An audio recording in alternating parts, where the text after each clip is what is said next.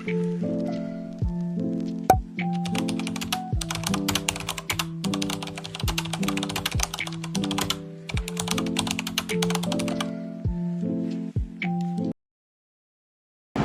pagi dan salam sejahtera. Pada pagi ini saya akan membentangkan subjek saya yaitu ISIP 4313 pengajaran mengaku dalam bahasa Melayu.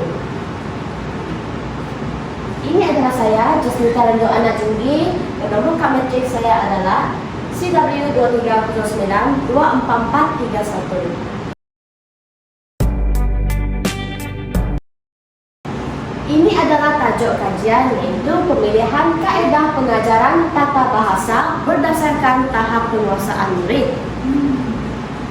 Saya telah memilih teknik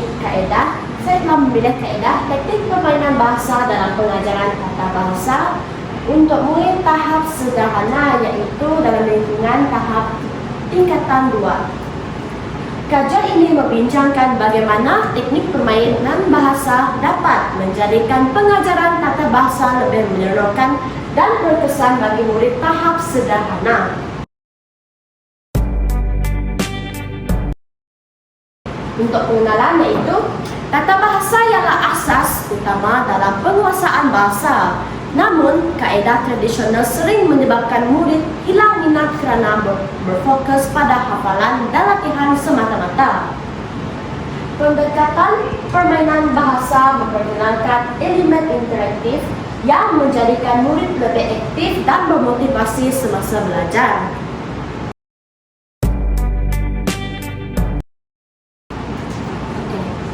Seterusnya adalah tujuan kajian, iaitu menjelaskan konsep dan prinsip teknik permainan bahasa, menilai kesesuaian kaedah ini untuk murid tahap sederhana, dan menyediakan contoh aktiviti PDPC, menganalisis kekuatan dan kelemahannya, dan menunjukkan refleksi guru serta nilai kemanusiaan yang diterapkan dalam belajar.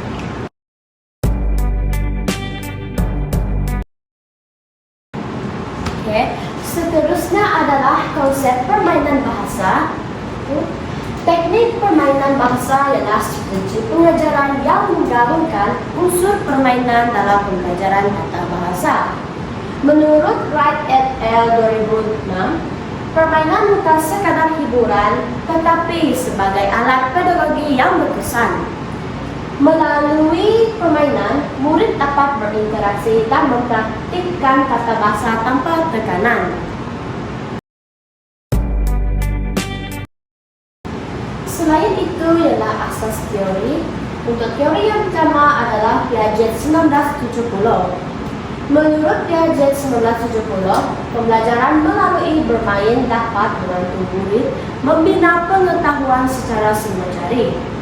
Yang kedua adalah Vygotsky 1978. Menurut beliau, pengetahuan berkembang melalui interaksi sosial antara guru sebagai fasilitator. Yang ketiga adalah permainan bahasa menepati prinsip konstruktivisme dan pembelajaran berasaskan pengalaman.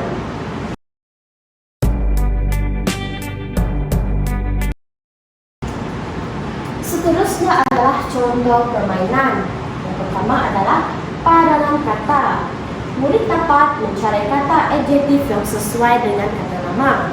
Dan yang kedua adalah bina ayat berantai. Dapat melatih pembentukan ayat gramatis. Dan yang ketiga adalah roda tata bahasa ataupun his tata bahasa dapat menguji pengetahuan dengan cara menyenangkan. Aktiviti ini dapat menggabungkan elemen konektif, sosial dan efektif.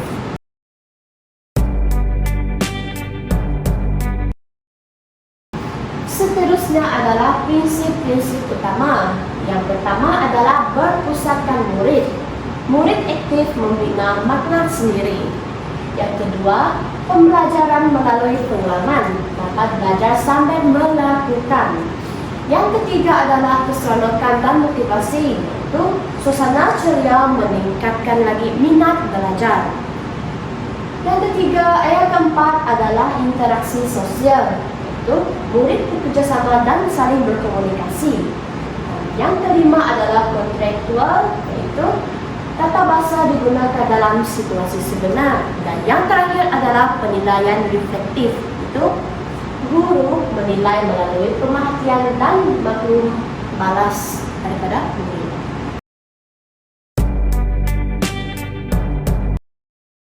Seterusnya adalah kesesuaian teknik bahasa untuk tahap sederhana. Itu murid tahap sederhana mempunyai asas tata bahasa tetapi cepat bosan dengan kaedah pasif, yaitu kaedah pasif.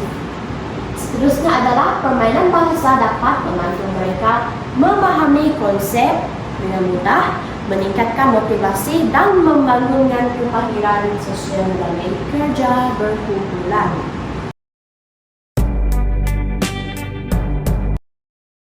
Dan ini adalah contoh aktiviti PDPC, yaitu RPH, Rancangan Pengajaran Harian.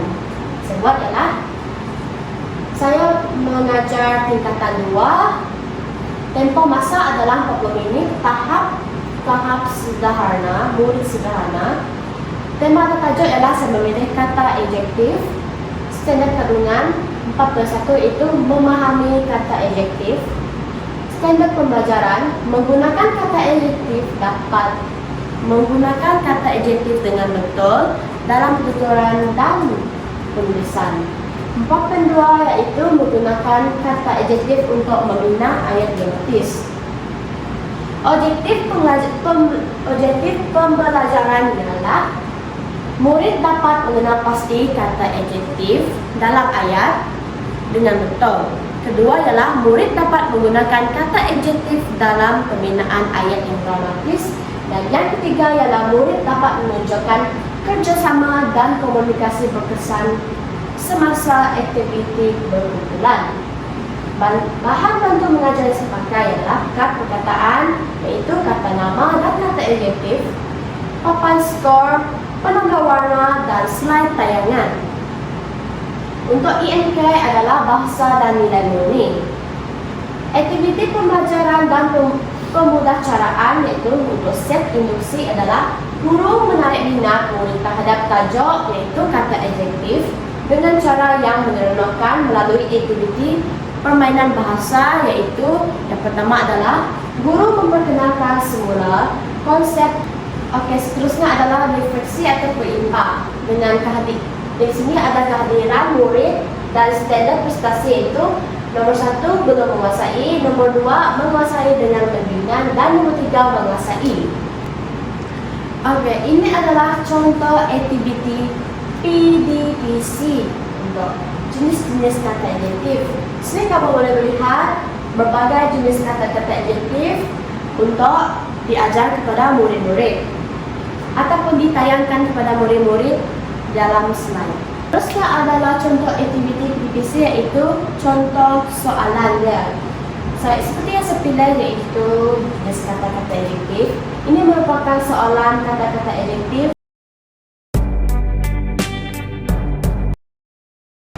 Ini adalah kekuatan teknik bahasa yang saya pilih tadi, itu dapat meningkatkan minat dan motivasi belajar.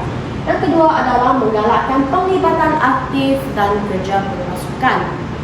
Yang ketiga adalah menguatkan daya ingatan terhadap konsep tata bahasa. Yang keempat adalah mewujudkan suasana positif tanpa tekanan. Dan yang terakhir adalah sesuai untuk murid berbagai aras keupayaan. Ada kekuatan dan ada juga kelemahan, yaitu kelemahan teknik bahasa yang pertama adalah memerlukan masa dan perancangan yang teliti. Yang kedua adalah sukar dikawal dalam kelas yang besar. Di kelas yang besar adalah sangat sukar untuk guru mengawal kelas tersebut. Yang ketiga adalah penilaian individual terhad. Yang keempat, bergantung pada kreativiti guru. Dan yang kelima adalah risiko aktiviti lain daripada objektif penilaian ataupun objektif pelajaran. Namun, kelemahan ini boleh diatasi dengan pengurusan dan perancangan rapi oleh guru.